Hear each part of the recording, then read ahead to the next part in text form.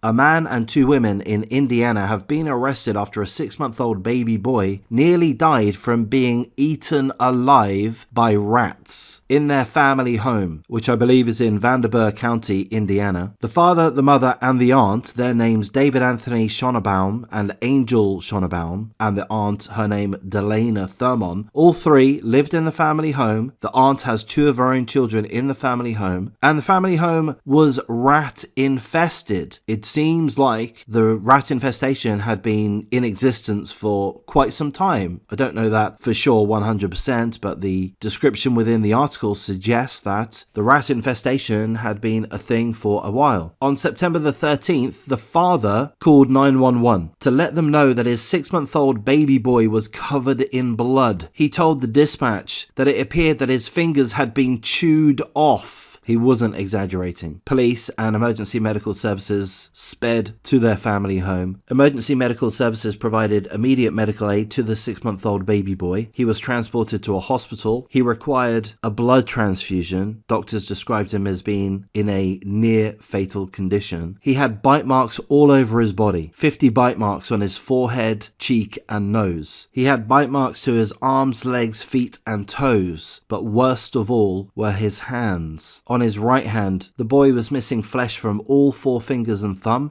All 5 fingertips on his right hand were exposing bone. He was literally chewed, gnawed by rats to the bone. With that, the 6-month-old baby boy has had to undergo surgery and he's had several fingers removed. 6 months old, left to be eaten alive by rats. Thankfully, he was saved, but he has lost several fingers. The father, the mother, and the aunt all are facing felonies, including neglect of a dependent resulting in serious bodily injury and neglect of a dependent placing a dependent in an endangering situation. So all three face those charges, which is obviously a good thing, but Indiana disappoint me greatly when we review the bonds that have been applied. The parents face a mere $10,000 bond. That's right. So if they get $1,000, perhaps $2,000, they'll be able to walk out of prison. Sure, they'll still face their charges. They'll still go to trial, no doubt. But in the meantime, if they pay 10-20% of their $10,000 bond, they'll be released. That's not good enough, Indiana. That makes no sense to me. How can you let parents that allow their child to live in a rat-infested home to suffer multiple bite marks all over their body, including their fingertips gnawed to the bone so severely that they've had to have several fingers amputated, and you let the parents walk away if they stump up $1,000? Pathetic and shameful, Indiana. Even worse for the aunt. Again, the aunt lived in the family home with 2 of her own children. We're not told their ages. She faces the same felony charges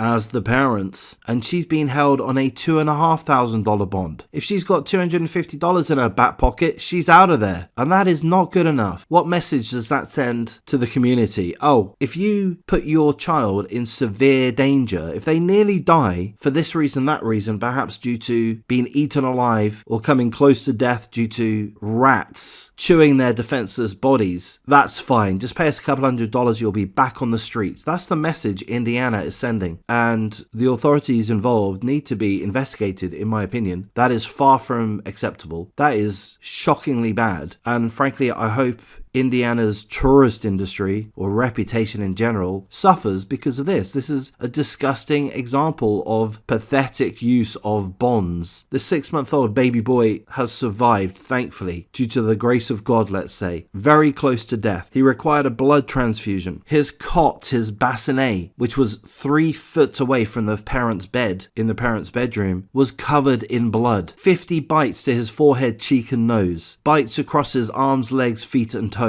He was nearly in shock. Blood pressure 50/30. Internal body temperature 93.5 Fahrenheit. It's a miracle that the boy survived, but he had to have several fingers amputated. He's never going to be able to recover. And the authorities in Indiana seem to think it's okay just to apply a $10,000, a $2,500 bond to these 3 scumbags. We're not told, by the way, what's going on with the 2 children that were living in the family home that were the children of the aunts. Let's hope that they're removed from the family, placed with responsible guardians, loving guardians. Let's hope that justice is served in finality once these scumbags do face their charges in the court of law, once they get a trial or whatever it happens to be. And let's hope they get adequately sentenced. I'm not given too much encouragement due to the pathetic bonds that have applied, but these scumbags need jail time, years, decades even. And I wonder how much of a media hoo-ha there's been about this disgusting act of child abuse. There really ought to be a lot of media attention. I don't know if that's the case. I'm going to guess there hasn't been. And that's a real shame. It just serves to sweep all of this nastiness under the carpet. It all goes unattended. Society, the local community ought to be horrified, disgusted by this situation. And it just feels like they're not. So I do hope that the 6-month-old baby boy makes a full recovery. But, I say that and I realize that he's not going to be able to. He's had his fingers removed. Several of his fingers are amputated. The boy will not be able to make a full recovery. And these fuckers need to pay for that. But beyond that, I do hope that the boy is placed in a loving family home, that he is able to get all of the support that he needs to move forward, medically, physically, emotionally. And that's, I guess, all I have to say. So I'm going to wrap things up at this point. If you appreciate the coverage, please do like, comment, subscribe, share the video as you see fit. Consider joining the memberships if that's a possibility for yourself. It's okay if it isn't. I'm going to thank you for your time and take care.